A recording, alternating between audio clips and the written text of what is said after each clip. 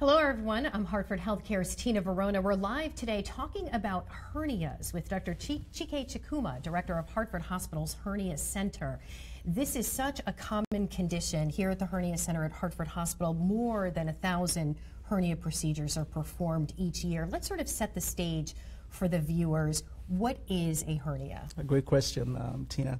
And thanks again for having me on this stage to talk about what I think is America's commonest surgical problem, which is hernias. The simplest definition is that a hernia is a hole. It's a weakness which develops in a muscle. You usually have to be predisposed to having that weakness, but then you have some kind of force, and this force could be from trauma, it could be from previous surgery, it could be from everyday household or extracurricular activities that tips you over. It makes that weakness actually develop into a full-fledged defect. More importantly, when you have that defect, depending on the size, will determine whether it's going to be symptomatic or not. So how do you know if it's a hernia or just a simple pulled muscle? Great question. I know, right? because I'm medically trained to do so. But hernias are usually insidious, which means when they start off asymptomatically as a little swelling.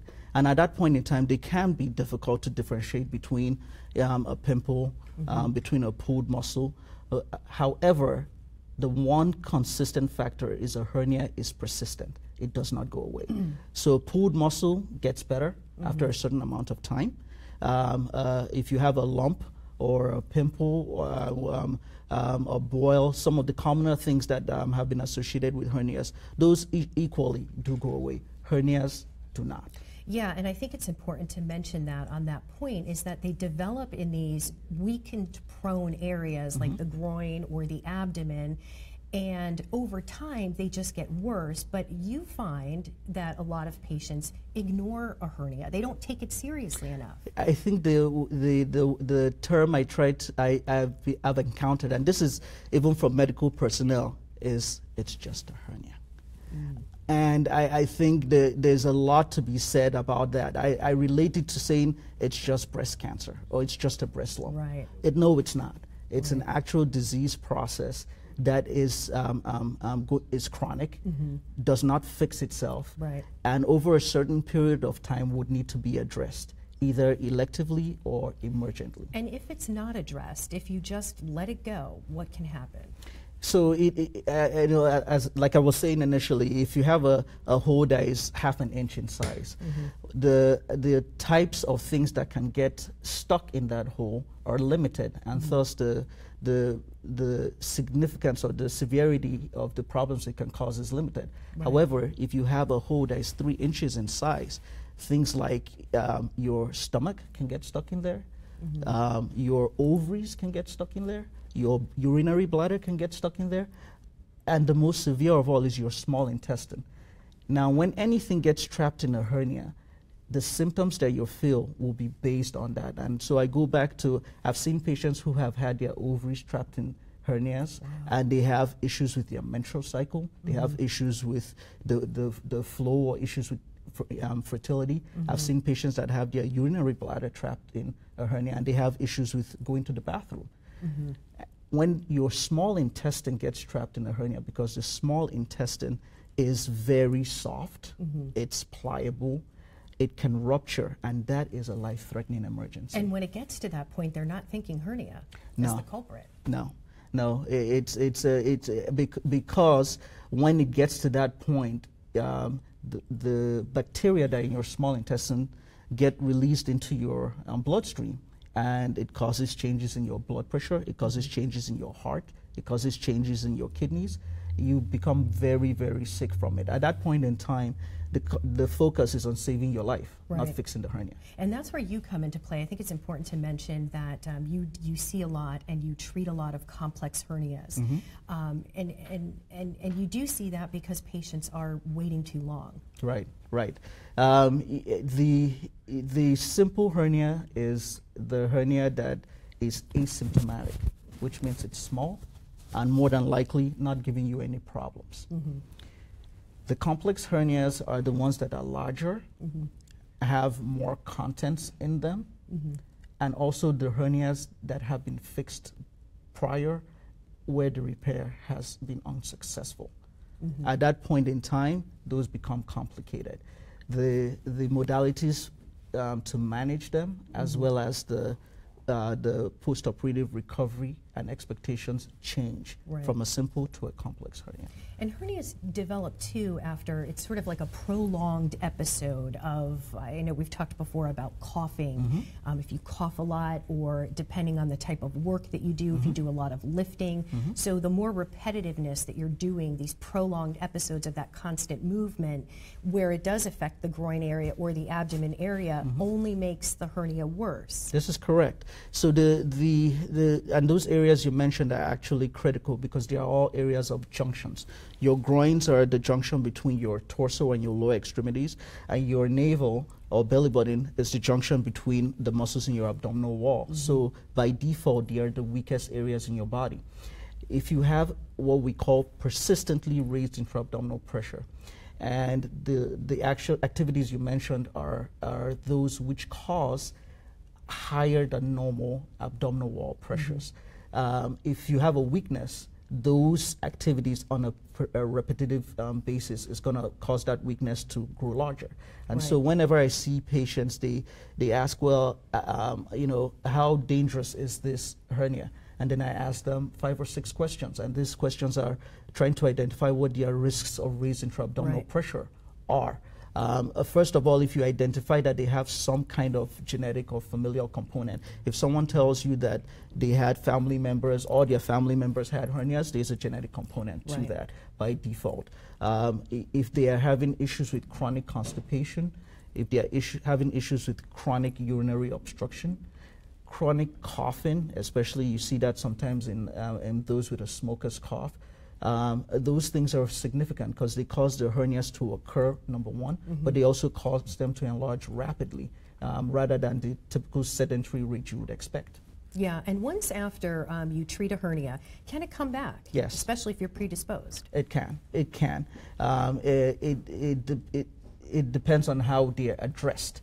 And that's a great segue, because we do appreciate that a lot of people that have hernias, unless the hernia is caused by trauma, they have a predisposition to having a hernia in the first place. So their tissues are naturally weakened. If you are to pull those tissues back together just by sutures, which is one of the modalities of management of repair, you have to take into consideration that the sutures are anywhere between 2 to 4 times stronger than your native tissue. Assuming you're a normal-sized patient, okay, those sutures may not be even as strong as your muscle. So you're pulling together muscle that is not naturally strong and expecting it to hold. This is what brought in the thought process and the innovation in using a prosthetic, which is a mesh. You need to use something that is stronger than the native tissue to augment your repair. And that has affected the recurrence rates drastically. I want to get to some questions on Facebook. This is such a popular topic. I know it affects so many people, but Abby on Facebook asks, does a hernia cause pain, and can it happen as your belly grows for pregnancy? That's interesting. It is, Abby.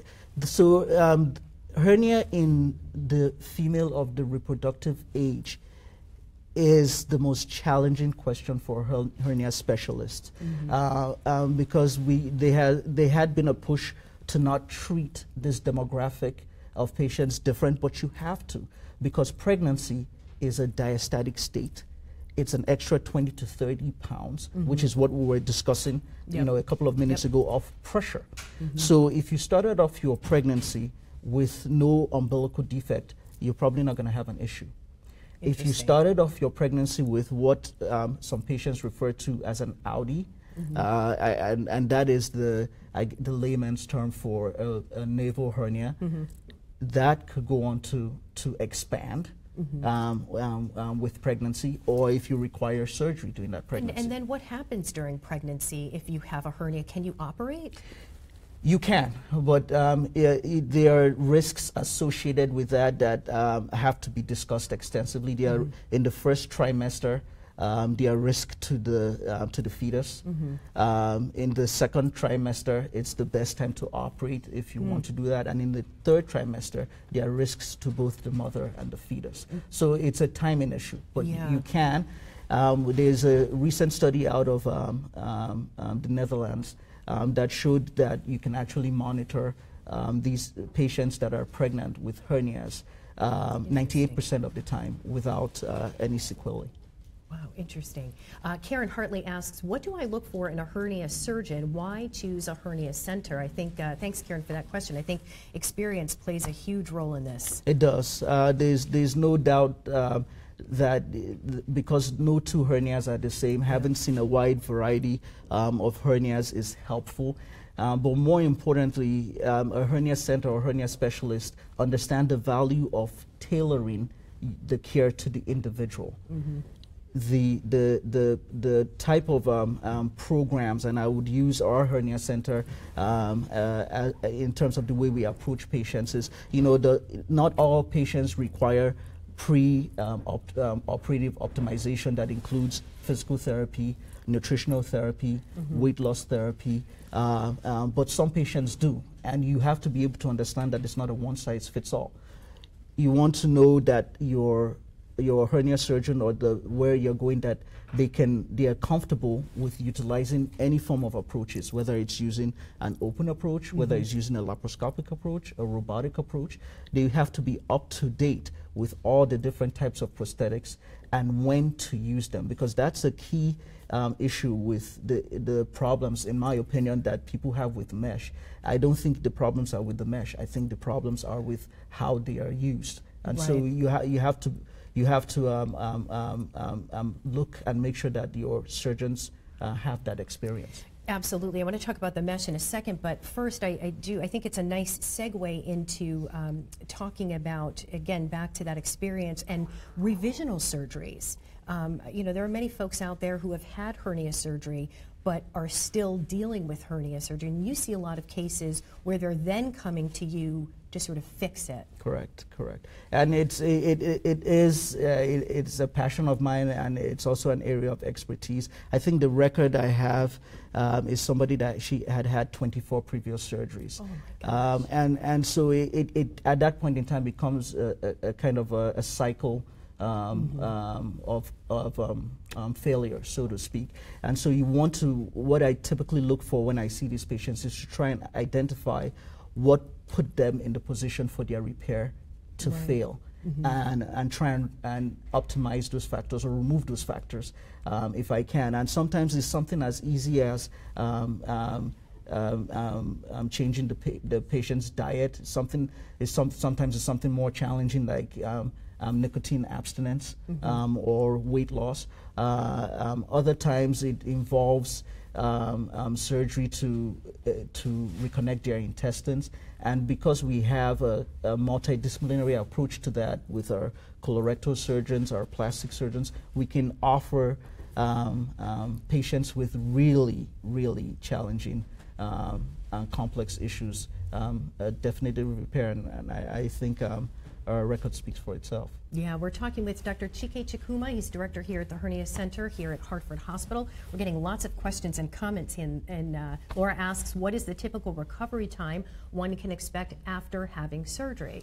That's a great question, and I get asked this all the time. And because of that, I've come to realize that that question has different connotations for the patient.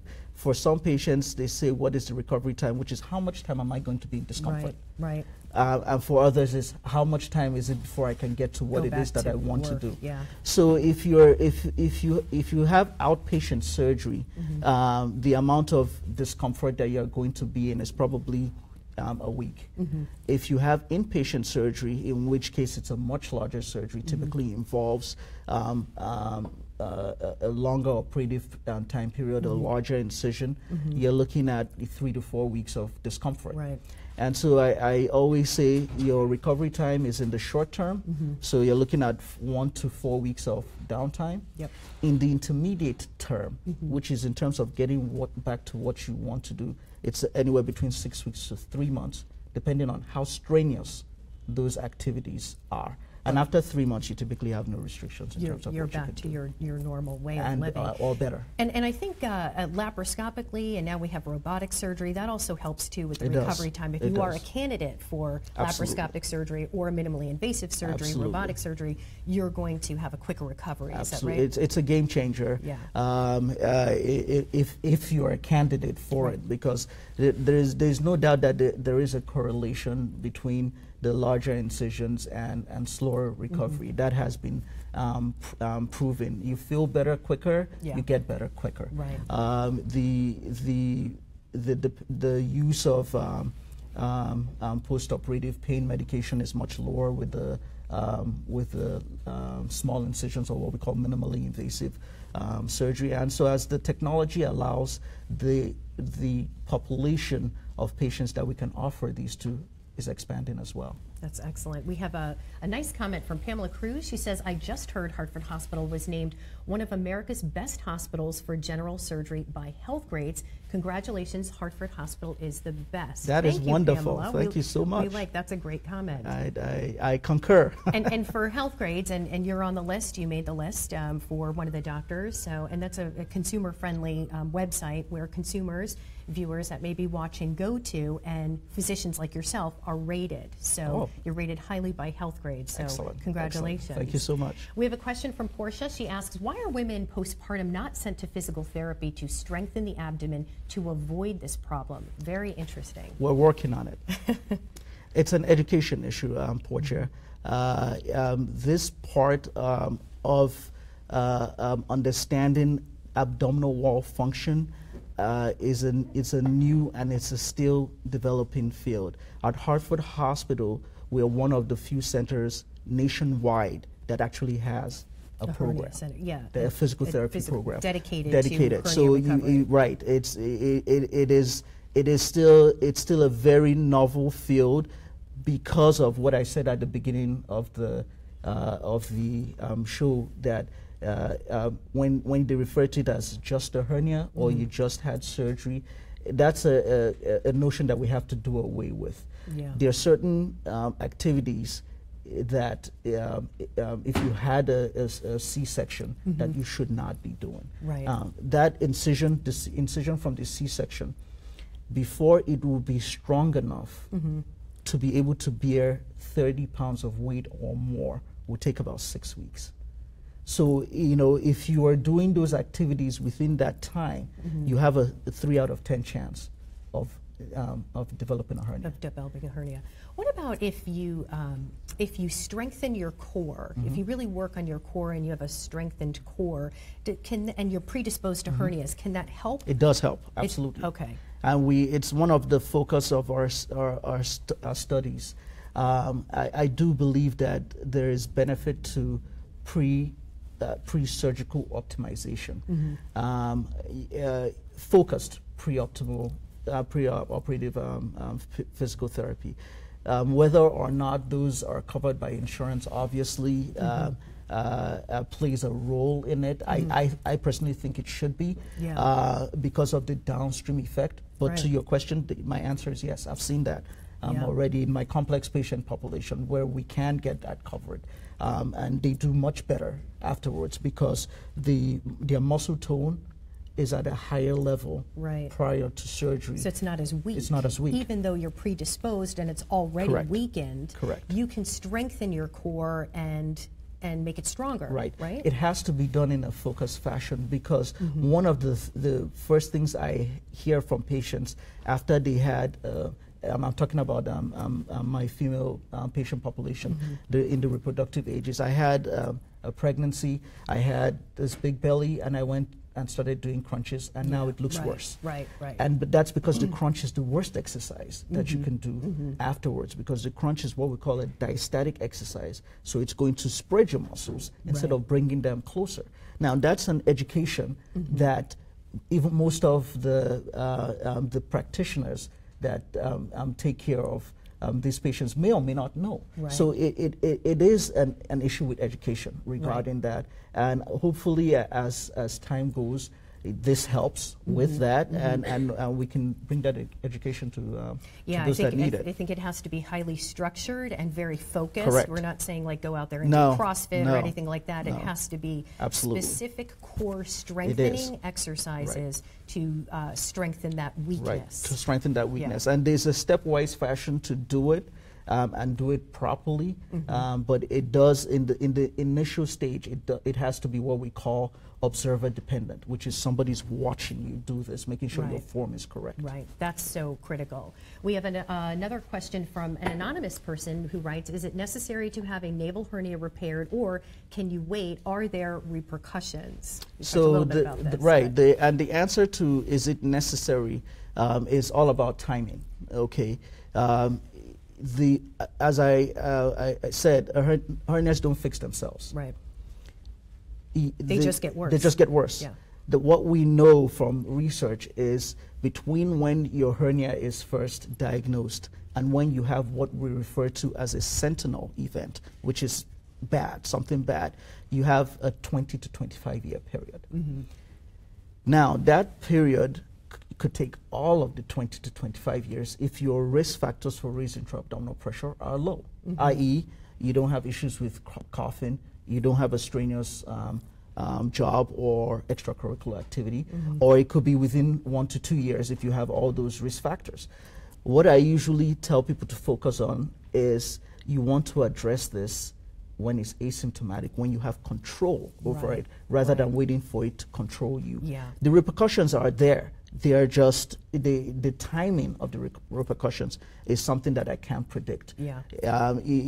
With any certainty, I can predict that if you have multiple risk factors for raising intra-abdominal pressure, that it's not going to take you 25 years. Yeah, I was going to say, how quickly can a hernia develop and grow? Within 6 months, it can double in size. Yeah. Wow. They can double in size. So for one of the things that I do suggest is in patients who, for various reasons, cannot have their hernias addressed electively, I do recommend some kind of follow-up to ensure that the size of the hernia or the symptoms are not increasing dramatically. Right. Because again, you want to address hernias when they are simple.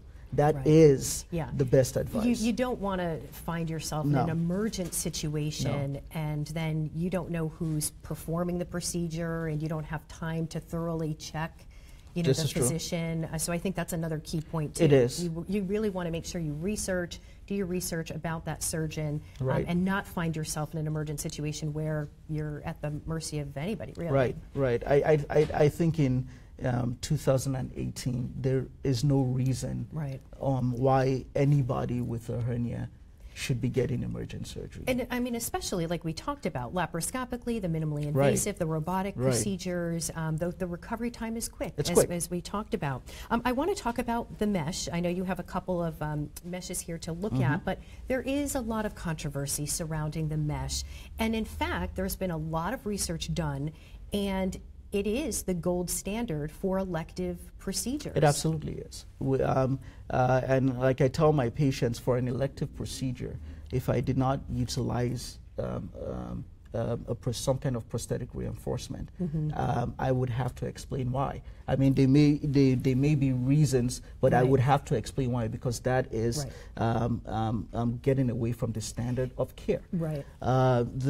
These meshes, and they come in different brand names, but they're typically either permanent, which is what you use for definitive repair. Right. They are inert materials, which means you do not react to them. You don't have. They are not hypoallergenic or hyperallergenic. They're inert, and so because they're inert, your body recognizes them as almost like a substrate. Or I use the word, when you're building a house and your body's like pouring in the concrete into the scaffolds, and the mesh is the scaffold. Right. It holds your body tissues where they should be. Yeah. And so regarding the mesh, my premise on that is the mesh in of itself causes no issues. Right. It's who places it. Right. It's where they place it and how they place it. And that's what I wanted to talk about too. So if you have the mesh, and it's not for everybody, No. and that's where I think the experience is critical, because if you have a larger person, a smaller person, the mesh is not for everybody, and that's where the experience really comes into play to say maybe this person is not a candidate for the mesh. You have a couple of samples here. Absolutely. So let's show I don't the know viewers, if these, how well these will show, but for instance, this you see this size of mesh right here. Yeah, maybe just hold it up there. Yep. You can use this to fix a small groin hernia. Okay. And this is a different component. They are both made of the same material, but you see the size of this mesh. Right. Okay. So if I placed a mesh of this size Into a smaller smaller frame person, they're going to have restrictions, and they would certainly talk about feeling You'd feel the it, mesh. right? You know, exactly. Yeah. If I put this in somebody that is 5'2", 100 pounds, that the results will certainly be suboptimal. Yeah. However, if I put this in somebody that is 6'5", 215 pounds, So you not gonna cannot do blame the anything. mesh Right. for failing in that, in my opinion. Have you seen patients come in with meshes that don't are not according to their body type? I or- have. And so I would say 50% of patients who have failures of their previous hernia repairs, where mesh was utilized, it usually is due to some kind of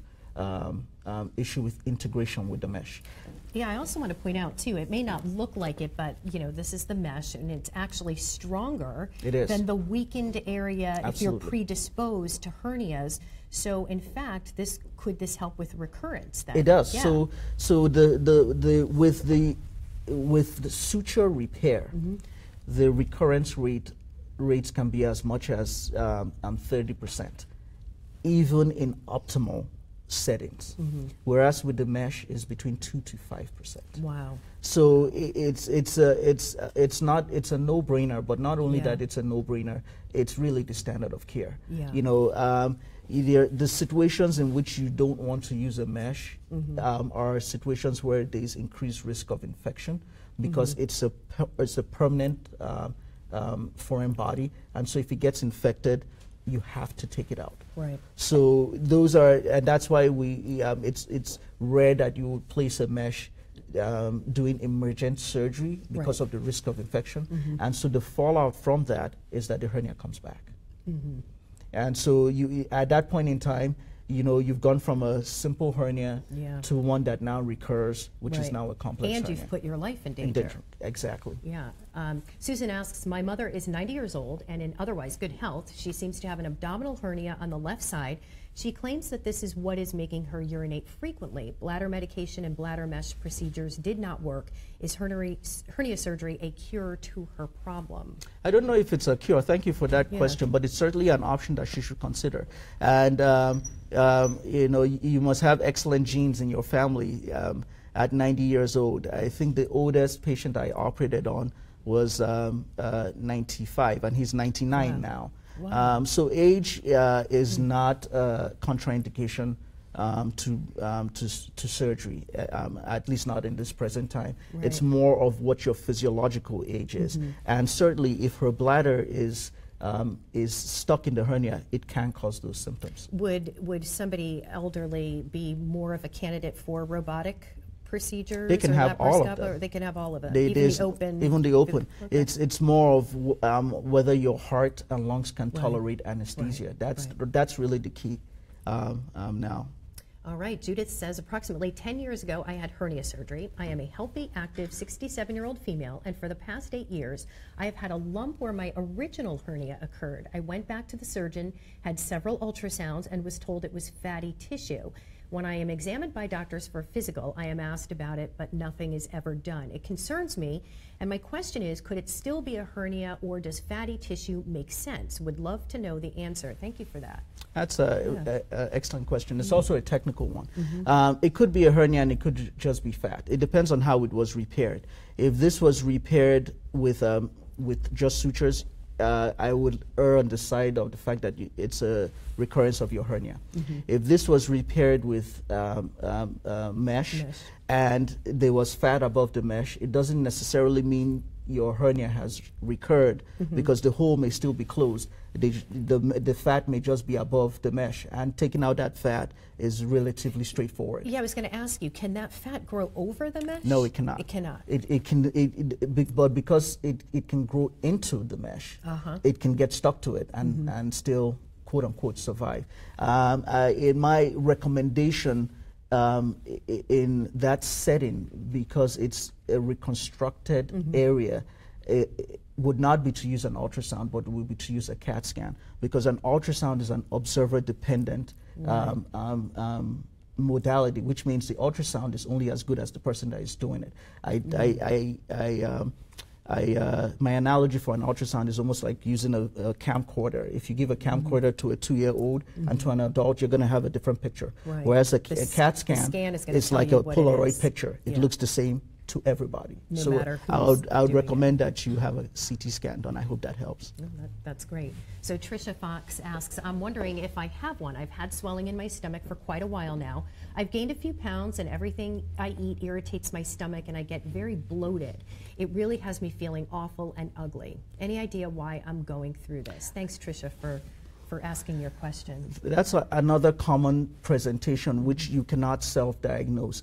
The symptoms that you are describing are not typical of a hernia in of itself.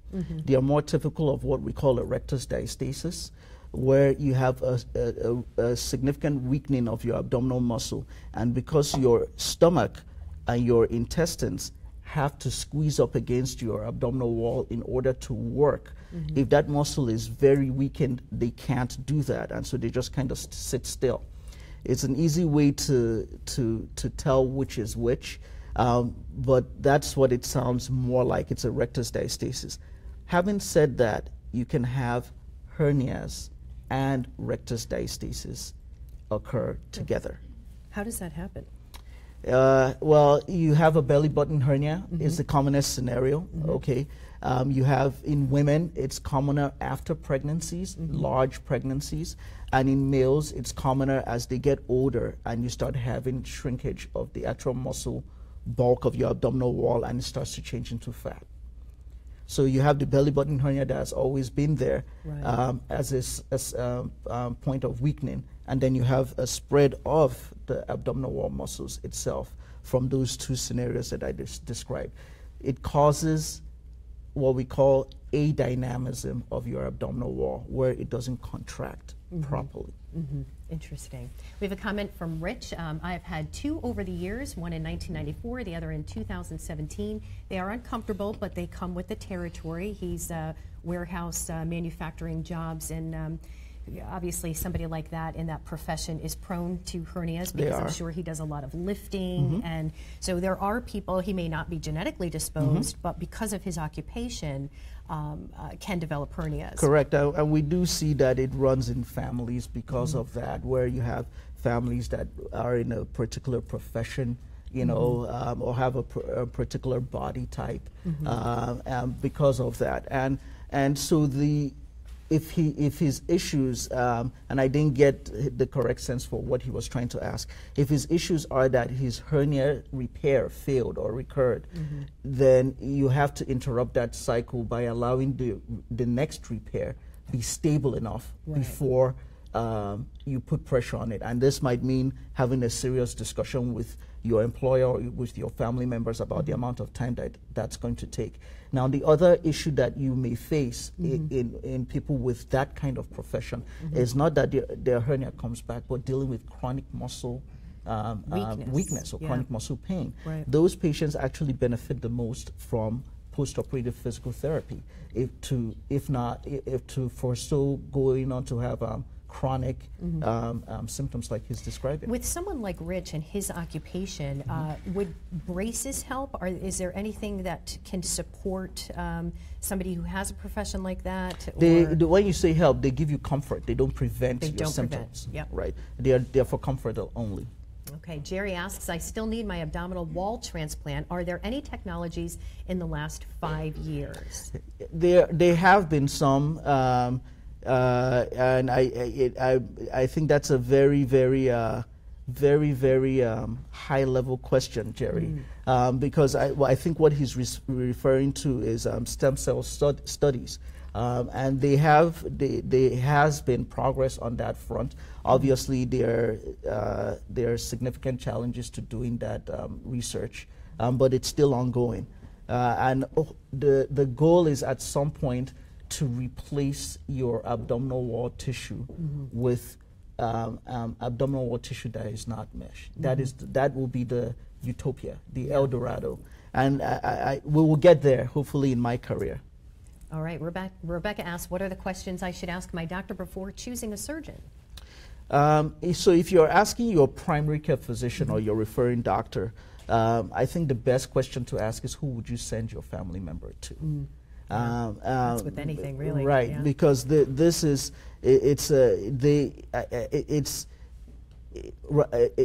either that or you would have to basically Google the person, which I think unless you're a savvy individual in terms of knowing what to look for, it's challenging.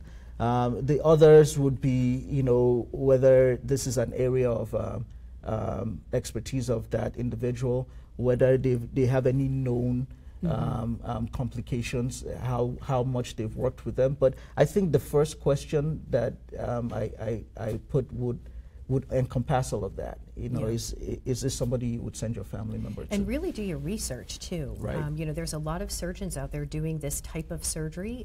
So really do your research, I think, is so critical as well. You do a lot of community education talks. You obviously see a lot of patients. What's kind of the one question you always get asked, or kind of the one thing that you really want to get out there and let people know about hernias? This is your stage, this is the floor. What would you like to say to the viewers out there? In terms of the question that I get the most is, do I need to fix this hernia? That's the commonest question. And this leads back to my sentiment in terms of what I want to get across, is that it's not just a hernia.